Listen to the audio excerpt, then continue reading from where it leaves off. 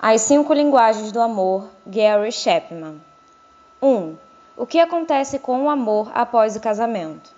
Estávamos por volta de uns 12 mil metros de altitude, em algum lugar entre Buffalo e Dallas, quando meu companheiro de viagem colocou a revista que lia na bolsa de seu banco, olhou em minha direção e perguntou: "Que tipo de trabalho você faz?" "Sou conselheiro conjugal e dou seminários na área de família", respondi. Ele me disse, então, que há muito tempo gostaria de fazer uma pergunta para um conselheiro conjugal e aproveitaria para formulá-la a mim naquela hora, e perguntou: "O que acontece com o amor após o casamento?"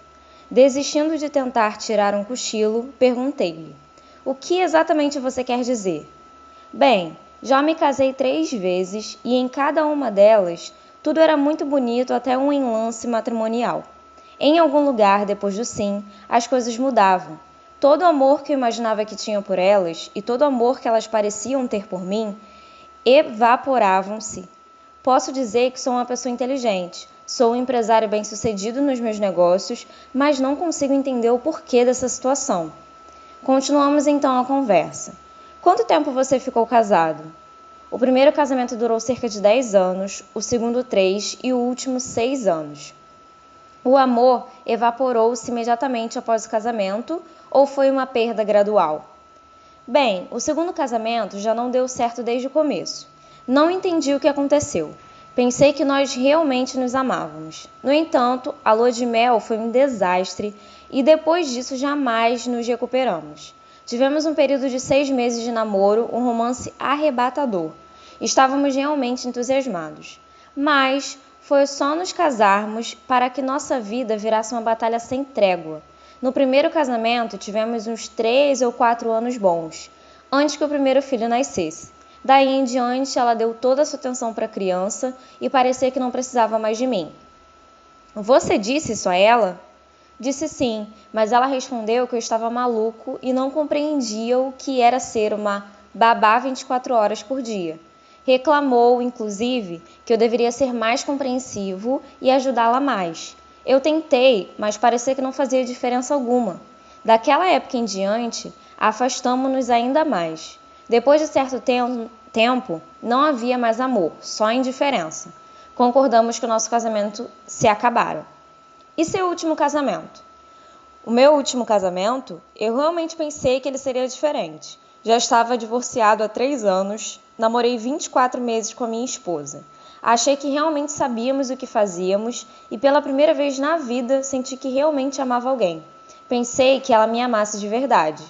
Ele prosseguiu: "Acredito que jamais mudei depois do casamento.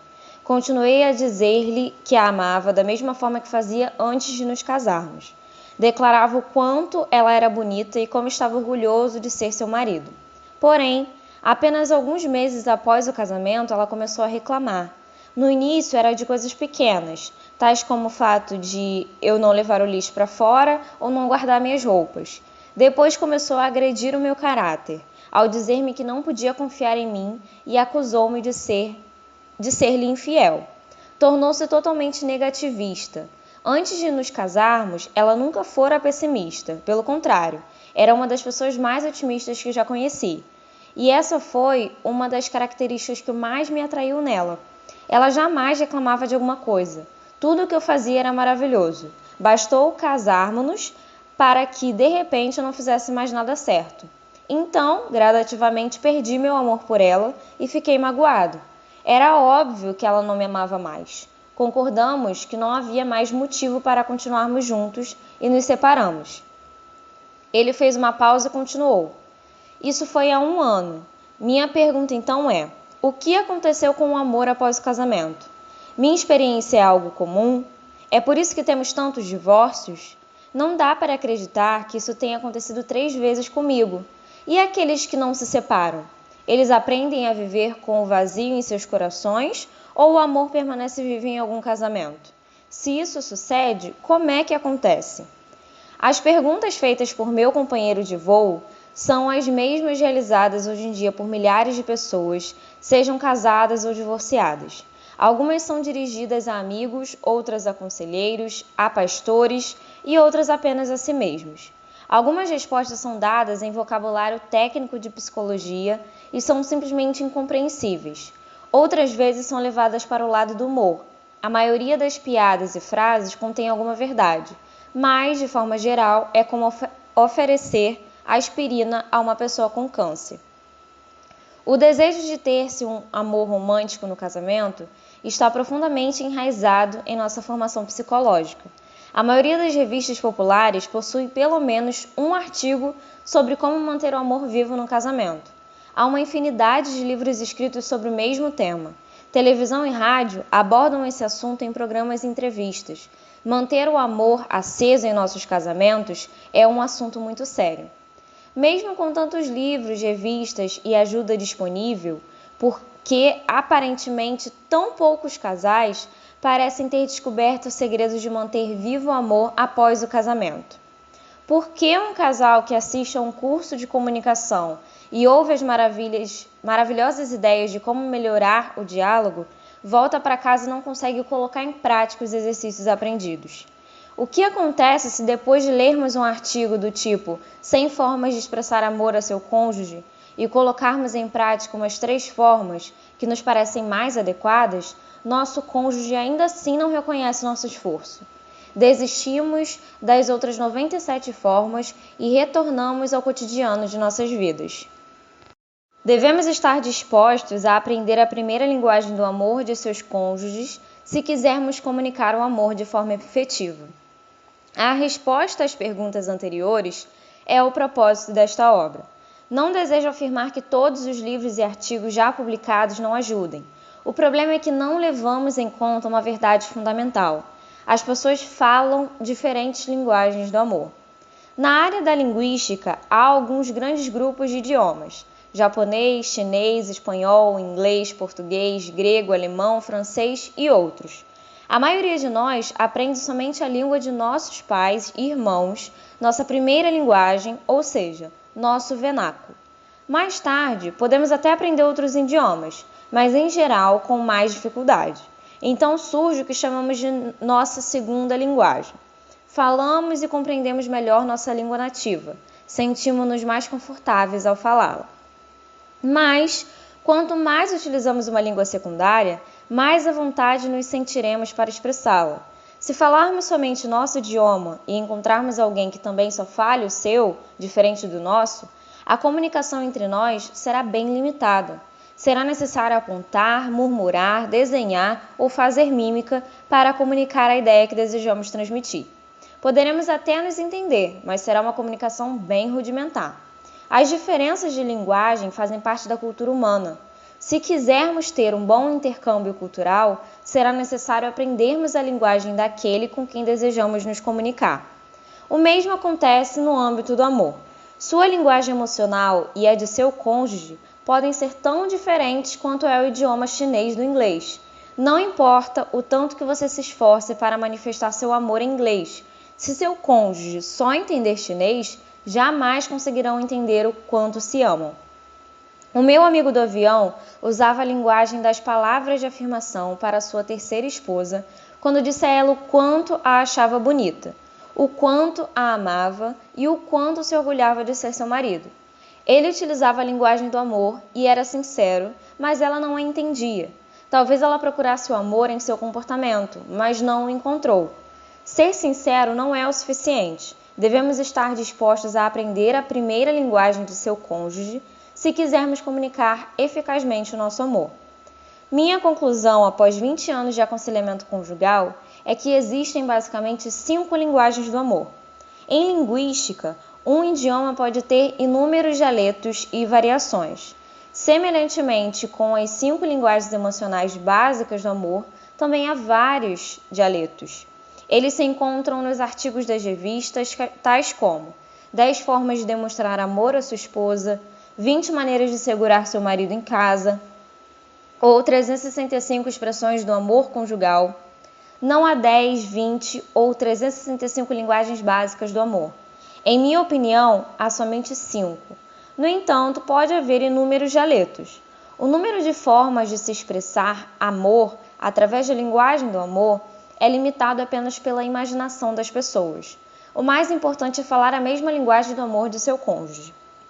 Já se sabe há bastante tempo que no período da primeira infância, uma criança desenvolve formas emocionais únicas. Por exemplo, há algumas que possuem um padrão muito baixo de autoestima, ao passo que outras o têm muito elevado. Algumas desenvolvem padrões de insegurança, enquanto outras crescem sentindo-se seguras. Algumas se sentem amadas, queridas e apreciadas, e outras mal amadas, incompreendidas e desapreciadas. As crianças que se sentem amadas por seus pais e amigos desenvolvem a linguagem do amor emocional, com base em sua formação psicológica única e também de acordo com a forma que seus pais e outras pessoas próximas lhe deram carinho. Elas falarão e entenderão sua primeira linguagem do amor. Mais tarde, elas poderão aprender outras linguagens para se comunicarem, mas sempre se sentirão mais confortáveis com o primeiro idioma que aprenderam. Crianças que não se sentem amadas por seus pais e amigos também desenvolverão uma primeira linguagem do amor. O aprendizado dessa linguagem, porém, será distorcido e apresentará defeitos da mesma forma que alguém que recebe uma educação com falhas na gramática e desenvolve um vocabulário limitado. Essa limitação não significa que essas pessoas não venham a ser boas comunicadoras. Implica, sim, que terão de trabalhar mais diligentemente do que os que cresceram na atmosfera do amor saudável.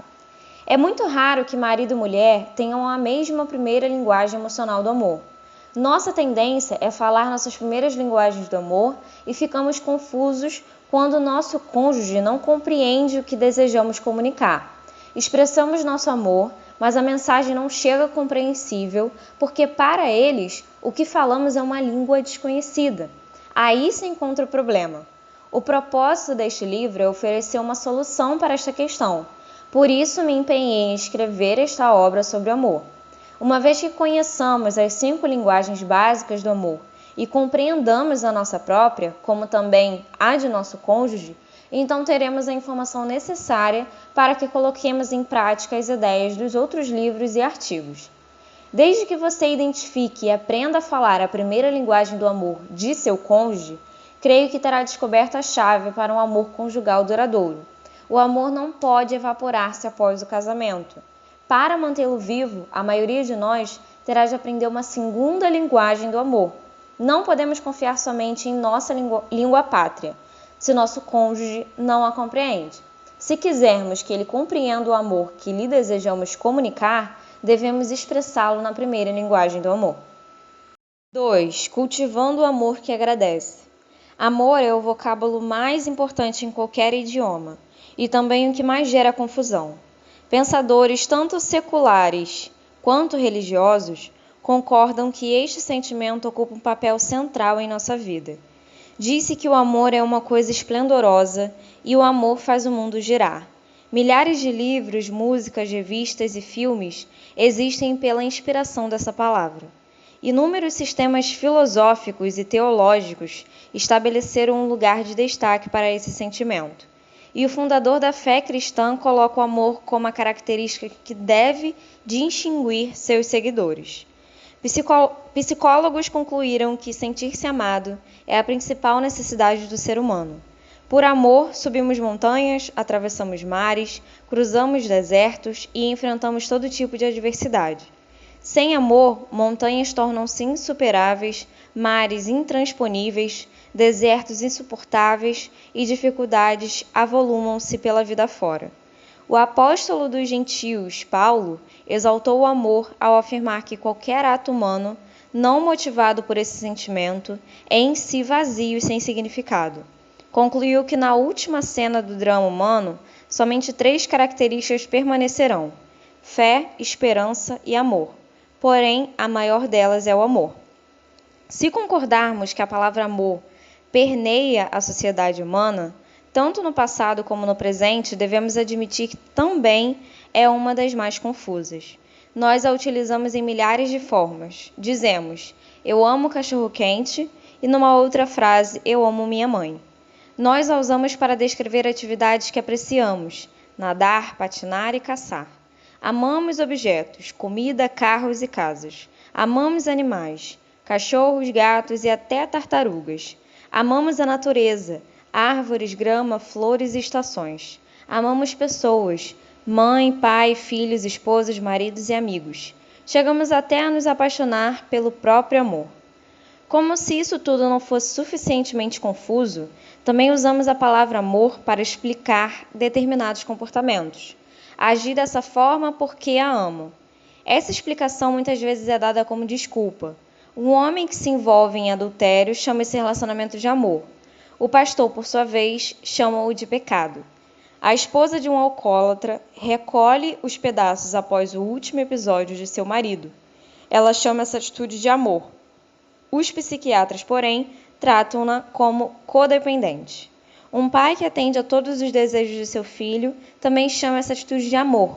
Um terapeuta familiar chamaria de paternidade irresponsável. O que é um comportamento amoroso? O propósito deste livro não é o de desfazer a confusão que gira em torno deste sublime sentimento, mas focalizar aquele tipo de amor que é essencial à nossa saúde emocional. Psicólogos infantis afirmam que toda criança possui necessidades emocionais básicas que devem ser supridas para que se possa atingir uma estabilidade emocional. Entre elas, nenhuma é tão essencial quanto o amor, a afeição e a necessidade de alguém sentir que pertence a outro e é querido. Com um suprimento adequado de afeição, uma criança tornar-se-á um adulto responsável. Sem esse amor essencial, ele ou ela ficará emocional e socialmente atrofiado. Logo que ouvi a metáfora que cito a seguir, gostei muito dela. Dentro de cada criança há um tanque emocional esperando para ser cheio com o amor. Se ela se sentir amada, desenvolver-se-á normalmente. Porém, se seu tanque de amor estiver vazio, ela apresentará muitas dificuldades. Diversos dos problemas de comportamento de uma criança provêm do fato de seu tanque de amor estar vazio. Essa metáfora foi dada pelo Dr. Ross Campbell, um psiquiatra que se especializou no tratamento de crianças e adolescentes. Enquanto eu o ouvia falar, pensei nas centenas de pais que, em meu escritório, desfilavam as inúmeras reclamações sobre seus filhos. Até então, eu nunca pensara em uma criança daquelas como um tanque de amor vazio, mas sem dúvida vi os resultados dessa situação. Os problemas de comportamento apresentados eram uma forma de procurar o amor que não recebiam. Eles buscavam o amor nos lugares e nas formas erradas. Lembrei-me de Ashley, que aos 13 anos de idade cuidava de uma doença sexualmente transmissível. Seus pais estavam chocados. Ficaram uma fera com a filha e também muito bravos com a escola, a qual culpavam por ensinarem sobre sexo. Por que é que ela teve de fazer o que fez? Perguntavam. No âmago da existência do ser humano, encontra-se o desejo de intimidade e de ser amado. O casamento foi idealizado para suprir essas necessidades. Em minha conversa com Ashley, ela me falou do divórcio de seus pais quando tinha apenas 6 anos de idade. Eu pensei que meu pai tinha ido embora porque não gostava de mim. Quando minha mãe casou-se novamente, eu estava com 10 anos de idade. Então pensei que ela já tinha quem a amasse e eu não possuía ninguém. Eu desejava tanto ser amada por alguém, e então conheci esse garoto lá na escola. Ele era bem mais velho, mas gostava de mim. Eu não conseguia acreditar. Ele era muito gentil comigo, e por um tempo acreditei que ele realmente gostava de mim. Eu não queria fazer sexo, mas desejava desesperadamente ser amada. O tanque de amor de Ashley ficou vazio durante muitos anos. Sua mãe e seu padrasto providenciavam tudo o que ela necessitava em termos materiais, mas não perceberam a enorme carência emocional que havia dentro dela. Eles certamente a amavam e achavam que ela se sentia amada por eles. Já era quase tarde demais quando descobriram que não falavam a primeira linguagem do amor de Ashley. A necessidade de alguém ser amado emocionalmente, no entanto, não é uma característica unicamente infantil. Ela nos segue pela vida adulta, inclusive no casamento. Quando nos apaixonamos temporariamente, a necessidade é suprida, mas ela se torna um quebra-galho. E como acabamos descobrindo mais tarde, com duração limitada e até prevista. Após despencarmos dos píncaros da paixão, a necessidade emocional de ser amado ressurge porque é inerente à nossa natureza. Está no centro de nossos desejos emocionais. Precisamos do amor antes de nos apaixonar e continuaremos a necessitar dele enquanto vivermos. A necessidade de sermos amados por nosso cônjuge está na essência dos anseios conjugais. Recentemente, certo cidadão me disse: de que adianta ter mansão, carros, casa na praia e tudo mais, se sua esposa não o ama? Dá para entender o que ele realmente deseja dizer? Mais do que tudo, eu desejo ser amado por minha esposa. As coisas materiais não podem substituir o amor humano e emocional. Uma esposa disse certa vez: ele me ignora o dia inteirinho, mas à noite quer fazer sexo comigo. Eu odeio isso. Ela não odeia sexo, mas precisa desesperadamente do amor emocional. Algumas coisas em nossa natureza clamam por ser amado ou amada. O isolamento é devastador para a psique humana. É por esse motivo que o confinamento é considerado a mais cruel das punições. No âmago da nossa existência, há o íntimo desejo de sermos amados. O casamento foi idealizado para atingir essa necessidade de intimidade e de amor. Por esse motivo, os antigos registros bíblicos dizem que o homem e a mulher tornam-se uma só carne. Isso não significa que as pessoas perderão suas identidades. Quer dizer que ambos entrarão nas vidas um do outro de forma íntima e profunda. O Novo Testamento desafia os maridos e as esposas a amarem-se mutuamente. De Platão a Peck, os escritores têm enfatizado a importância do amor no casamento. No entanto, esse amor que é tão importante também é escorregadio. Tenho ouvido a confissão de muitos casais contando suas queixas secretas. Alguns chegam a mim porque a dor interior tornou-se praticamente insuportável. Outros porque percebem que o comportamento que assumem perante as falhas do cônjuge poderá levar o casamento à destruição. Há também os que simplesmente vêm para falar que não querem mais continuar casados. Seus sonhos de viverem felizes para sempre espatifaram-se contra o duro muro da realidade. Repetidas vezes ouço as palavras: nosso amor terminou, o relacionamento morreu. Sentíamos-nos próximos um do outro, mas agora isso não existe mais. Não apreciamos mais ficar juntos. Não nos completamos mais um ao outro. Essas histórias testificam que tanto os adultos como as crianças possuem tanques de amor. Será que lá no interior de cada um desses casais machucados existe um indicador invisível de um tanque vazio? Será que esses comportamentos inadequados, separações, palavras duras e espírito crítico acontecem devido a esse tanque vazio? Se pudermos achar uma forma de enchê-lo, será que o casamento renasceria? O tanque cheio possibilitaria que os casais criassem um clima emocional onde seria possível discutir as diferenças e resolver os conflitos? Será que esse tanque é a chave para que um casamento perdure? Essas perguntas levaram-me a uma longa viagem. Em plena estrada, descobri os simples, porém poderosos pontos de vista registrados neste livro. Essa caminhada levou-me não somente através de mais de 20 anos de aconselhamento conjugal, mas também às mentes e corações de centenas de casais através da América do Norte. De Seattle a Miami, fui convidado a adentrar no recôndito do casamento de vários casais e conversamos francamente. As histórias apresentadas neste livro foram retiradas da vida real. Nomes e lugares foram trocados para proteger a privacidade das pessoas que falaram com toda a liberdade. Estou convencido de que manter cheio o tanque do amor do casamento é tão importante quanto manter o nível do óleo em um automóvel. Levar um casamento com o tanque de amor vazio pode ser até mais difícil do que tentar dirigir um carro sem combustível. O que você descobrirá nesta obra tem o potencial para salvar milhares de casamentos, podendo também melhorar o clima emocional de um matrimônio que já esteja indo bem. Qualquer que seja a qualidade de seu casamento, sempre pode melhorar. Advertência: compreender os 5 idiomas do amor e aprender a falar a primeira linguagem do amor de seu cônjuge pode alterar completamente o comportamento dele. As pessoas relacionam-se de forma diferente quando seu tanque de amor está cheio. Antes de examinarmos as 5 linguagens do amor, precisamos abordar um outro importante, porém confuso fenômeno: A euforia, experiência de apaixonar-se. 3. Apaixonando-se. Ela entrou em meu escritório, sem hora marcada, e perguntou à minha secretária se poderia falar comigo durante 5 minutos. Eu conhecia Janice há muito tempo. Ela estava com 36 anos e nunca se casara.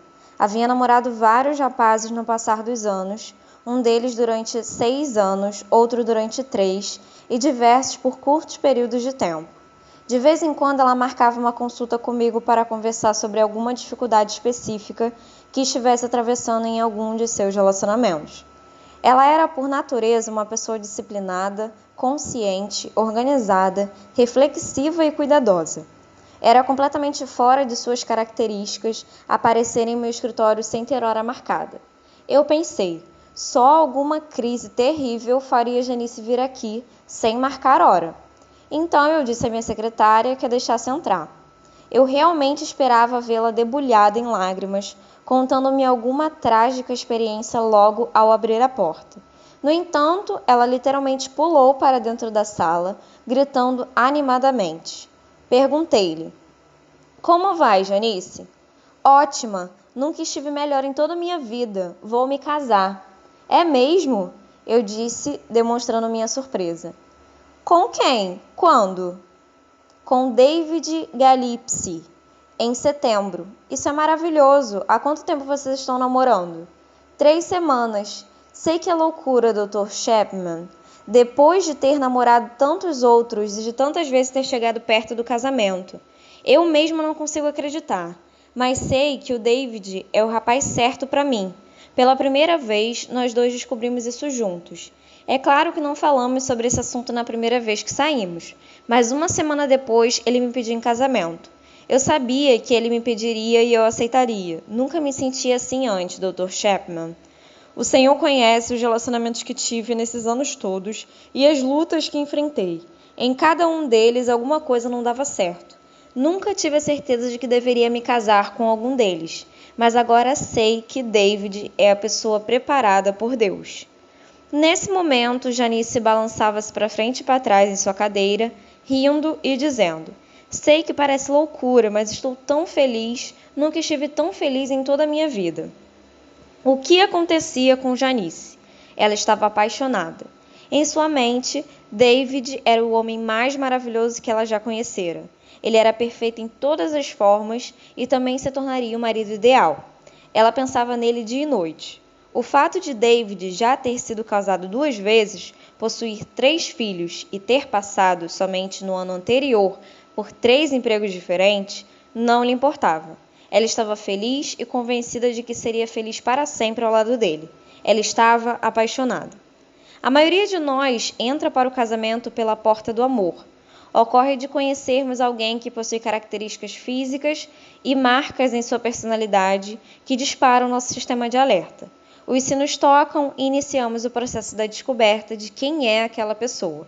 No primeiro encontro, pode ser servido um hambúrguer ou um belo churrasco, dependendo do nosso orçamento, mas nosso real interesse não é a comida. Entramos em uma empreitada para conhecer o amor. Será que esse sentimento ardente, borbulhante dentro de mim, pode ser algo real? Algumas vezes essas borbulhas desaparecem logo no primeiro encontro, ao descobrirmos que ela ou ele funga. Dessa forma, as borbulhas escorregam por nossos dedos e não queremos mais comer hambúrguer com aquela pessoa. Outras vezes, porém, as borbulhas aumentam mais ainda após aquele lanche. Arrumamos vários outros encontros e pouco tempo depois, o nível de intensidade chega a ponto de afirmarmos: acho que estou apaixonada ou apaixonado. Pensando que o sentimento é algo real, contamos a outra pessoa esperando que isso seja recíproco. Se não é, as coisas dão uma esfriada, ou então redobramos nossos esforços para impressionar e acabamos, eventualmente, conquistando o amor de nosso amado. Quando há reciprocidade, começamos a falar sobre casamento porque todos concordam que estar apaixonado é um alicerce necessário para se manter um bom casamento. Nossos sonhos, antes de nos casarmos, são de êxtase conjugal. É difícil pensar-se qualquer outra coisa quando estamos apaixonados. Nesse patamar, estar apaixonado é uma experiência eufórica. Um fica emocionalmente obcecado pelo outro. Dorme-se pensando nele, nela, levanta-se e aquela pessoa é a primeira coisa que nos vem à mente. Ansiamos por estar juntos. Gastar tempo um com o outro é como estar na antecâmara do céu. Quando andamos de mãos dadas, é como se nossos corações batessem no mesmo compasso. Beijaríamos um ao outro para sempre, se não tivéssemos de ir à escola ou ao trabalho. O abraçar estimula sonhos de casamento e êxtase. O rapaz apaixonado tem a ilusão de que sua amada é perfeita. A mãe pode ver falhas, mas ele não. A mãe diz: querido, você já considerou o fato de que ela esteve em tratamento psiquiátrico durante 5 anos? Ele, porém, replica: oh, mãe, dá um tempo, já faz 3 meses que ela está de alta. Seus amigos também veem algumas falhas, mas não se atrevem a dizer nada a menos que ele peça, e as chances disso acontecer são inexistentes, porque em sua cabeça ela é perfeita e o que os outros pensam não lhe importa. Nossos sonhos, antes de nos casarmos, são de êxtase conjugal. Vamos fazer um ao outro super felizes.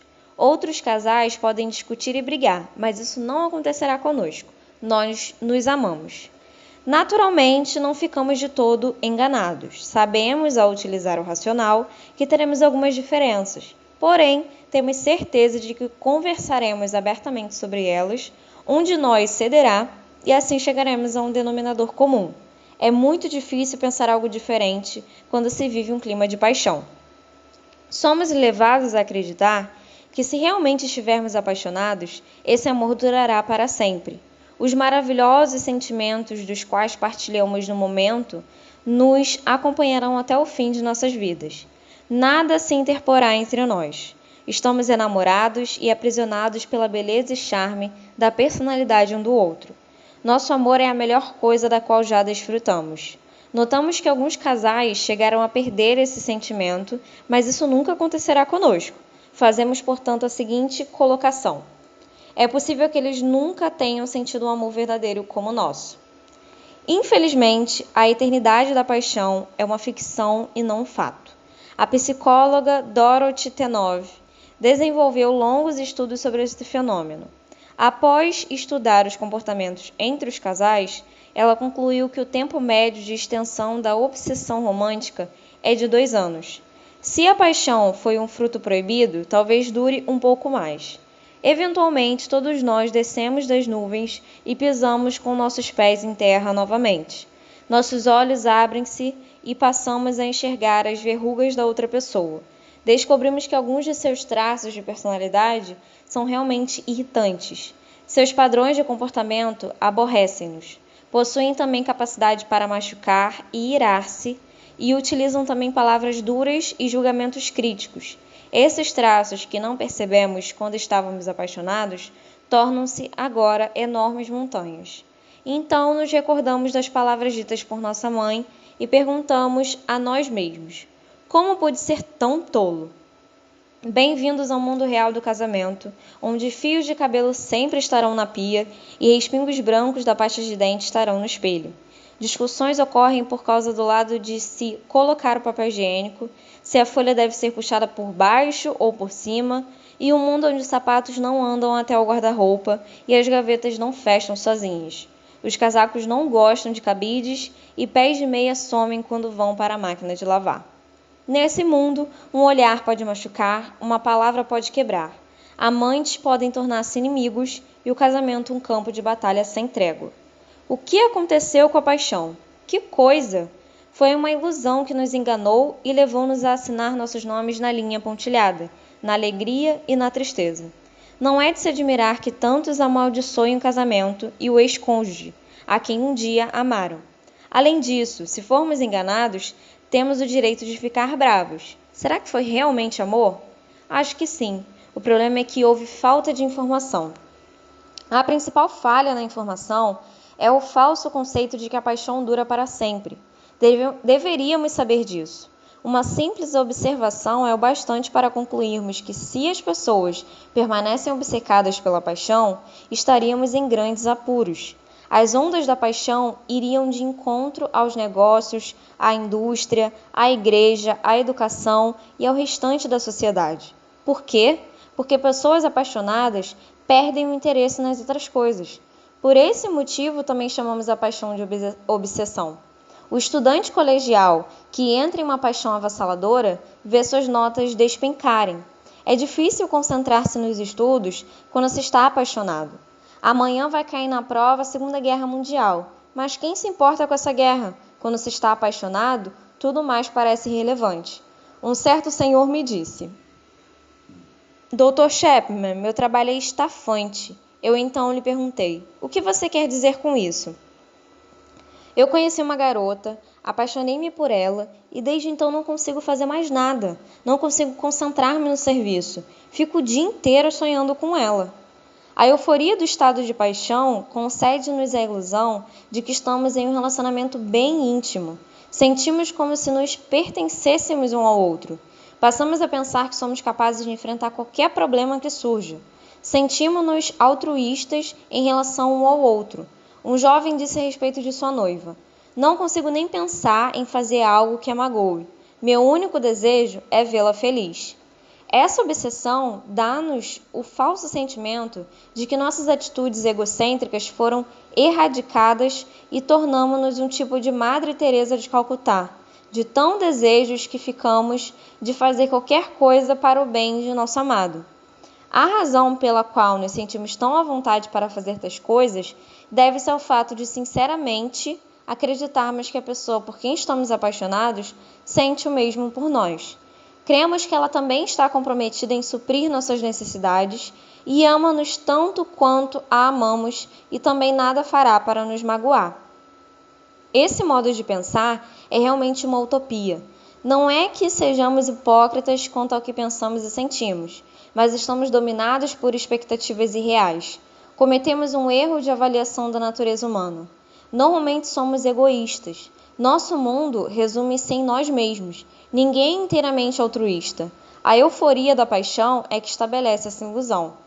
Uma vez que a experiência da paixão siga seu rumo normal, é bom lembrar que, em média, a paixão dura por volta de uns 2 anos, retornamos ao mundo real e começamos a nos impor. Ele expressa seus desejos, mas não diferentes dos dela. Ele deseja sexo, mas ela está muito cansada. Ele quer comprar um carro novo, mas ela diz que essa ideia é um absurdo. Ela quer visitar os pais, mas ele diz que não quer gastar tanto tempo com a família dela. Ele quer jogar futebol, mas ela diz: você gosta mais de futebol do que de mim. Gradativamente, a ilusão da intimidade dilui-se os desejos individuais, as emoções, os pensamentos e os padrões de comportamento assumem seus lugares. Tornam-se 2 pessoas. Suas mentes não se fundiram em uma só e suas emoções misturaram-se superficialmente no oceano do amor. Agora, então, as ondas da realidade começam a separá-los. Eles saem do domínio da paixão e, nesse ponto, muitos desistem e separam-se, divorciam-se e partem em busca de uma nova paixão. Ou então, desenvolvem o árduo trabalho de aprenderem a amar-se mutuamente sem a euforia da paixão. A experiência da paixão não possui enfoque em nosso próprio crescimento, nem no crescimento e desenvolvimento do cônjuge. Dificilmente também fornece o senso de realização. Alguns pesquisadores, entre eles o psiquiatra M. Scott Peck e a psicóloga Dorothy Tenove, chegaram à conclusão de que a experiência da paixão não deveria, de forma alguma, ser chamada de amor. Dr. Peck concluiu que o apaixonar-se não é o amor verdadeiro, por 3 razões. Primeiro, apaixonar-se não é um ato da vontade nem uma escolha consciente. Não importa o quanto desejemos, não conseguimos apaixonar-nos voluntariamente. Por outro lado, mesmo que não busquemos essa experiência, ela pode simplesmente acontecer em nossa vida. Muitas vezes, apaixonamo-nos no momento errado e pela pessoa errada. Segunda, apaixonar-se não é amor verdadeiro porque não implica em nenhuma participação de nossa parte. Qualquer coisa que façamos apaixonados requererá pouca disciplina e esforço. Os longos e dispendiosos telefonemas realizados, o dinheiro gasto em viagem para ficarmos juntos, os presentes e todo o trabalho envolvido não representam. Da mesma forma que os pássaros constroem instintivamente seus ninhos, a natureza da pessoa apaixonada impulsiona na realização de atos inusitados e não naturais de um para com o outro. Terceira, a pessoa apaixonada não está genuinamente interessada em incentivar o crescimento pessoal daquela por quem nutre sua paixão. Se temos algum propósito em mente ao nos apaixonarmos, é o de terminar nossa própria solidão e talvez assegurar essa solução através do casamento. A paixão não se focaliza em nosso crescimento pessoal e nem tampouco no da outra pessoa amada. Pelo contrário, a sensação é a de que já se chegou onde se deveria alcançar e não é necessário crescer mais. Encontramo-nos no ápice da felicidade e nosso único desejo é continuar lá. E nosso amado, naturalmente, também não precisa mais crescer, pois já é perfeito. Esperamos somente que ele mantenha essa perfeição. Se apaixonar-se não é amor, então o que é? Dr. Peck afirma. É um componente instintivo e geneticamente determinado do comportamento de acasalamento.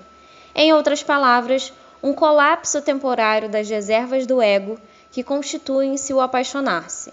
É uma reação estereotipada do ser humano a uma configuração de tendências sexuais internas e estimulações sexuais externas, as quais designam-se ao crescimento da probabilidade da união e elo sexual, tendo em vista a perpetuação da espécie. Quer concordemos ou não com essa conclusão, os que dentre nós se apaixonaram e também saíram desse estado de paixão, concluirão que essa experiência arremessa-nos a uma órbita emocional diferente de qualquer outra que porventura experimentamos. A tendência é o rompimento com a nossa razão, o que nos leva a fazer e a dizer coisas que nunca faríamos, ou diríamos em momentos de maior sobriedade. De fato, quando saímos desse estado de paixão, questionamos como podemos ter feito tais coisas.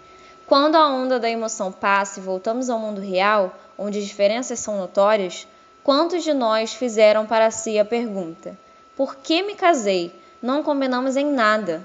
No entanto, quando estávamos no auge da paixão, pensávamos que combinávamos em tudo, pelo menos em tudo que era importante. Isso significa que, por termos sido fisgados dentro da ilusão da paixão, encontramos-nos agora frente a duas opções. 1. Estamos destinados a uma vida miserável com o nosso cônjuge. Ou 2. Devemos nos separar e tentar novamente. Nossa geração tem optado pela última decisão, ao passo que a anterior escolheu a primeira. Antes de concluirmos automaticamente o fato de que fizemos a melhor escolha, devemos examinar os dados. Atualmente, 40% dos primeiros casamentos nos Estados Unidos terminam em divórcio. 60% dos segundos e 75% dos terceiros também. Pelo que se pode ver, a perspectiva de um segundo e terceiro casamentos felizes não é muito atingida. As pesquisas realizadas parecem indicar que existe uma terceira e melhor alternativa: reconhecer que a paixão é o que é, um pico emocional temporário, e então desenvolver o amor verdadeiro com o nosso cônjuge. Esse tipo de sentimento é de natureza emocional, mas não obsessivo. É o amor que une razão e emoção. Envolve um ato da vontade e requer disciplina, pois reconhece a necessidade de um crescimento pessoal. Nossa necessidade emocional básica não é apaixonar-se, mas ser genuinamente amado pelo outro. É conhecer o amor que cresce com base na razão e na escolha e não no instinto. Preciso ser amado por alguém que escolheu me amar, que vê em mim algo digno de ser amado. Esse tipo de amor requer esforço e disciplina. É a escolha que fazemos de gastar nossa energia em benefício da outra pessoa, sabendo que se sua vida é enriquecida por nosso esforço, também nos sentimos satisfeitos. A satisfação de termos realmente amado alguém não exige a euforia na experiência da paixão. Para falar a verdade, o amor verdadeiro não começa enquanto a experiência da paixão não tiver seguido seu curso. Amor racional, volitivo, é o tipo de amor para o qual os sábios nos conclamam. Não se deve levar em consideração os atos de bondade praticados por alguém que se encontre sob a influência da paixão obsessiva. Uma força instintiva impulsiona e suscita ações que vão além do comportamento normal. Porém, um retorno ao mundo real, onde se inclui a escolha humana, permite optarmos por sermos gentis e generosos, o que é o amor verdadeiro. A necessidade emocional de amor deve ser suprida de formas emocionalmente saudáveis. Adultos casados desejam sentir-se amados por seus cônjuges. Sentimos-nos seguros quando nossos companheiros aceitam-nos, desejam-nos e estão comprometidos com o nosso bem-estar. Durante o estágio da paixão, sentimos todas essas emoções.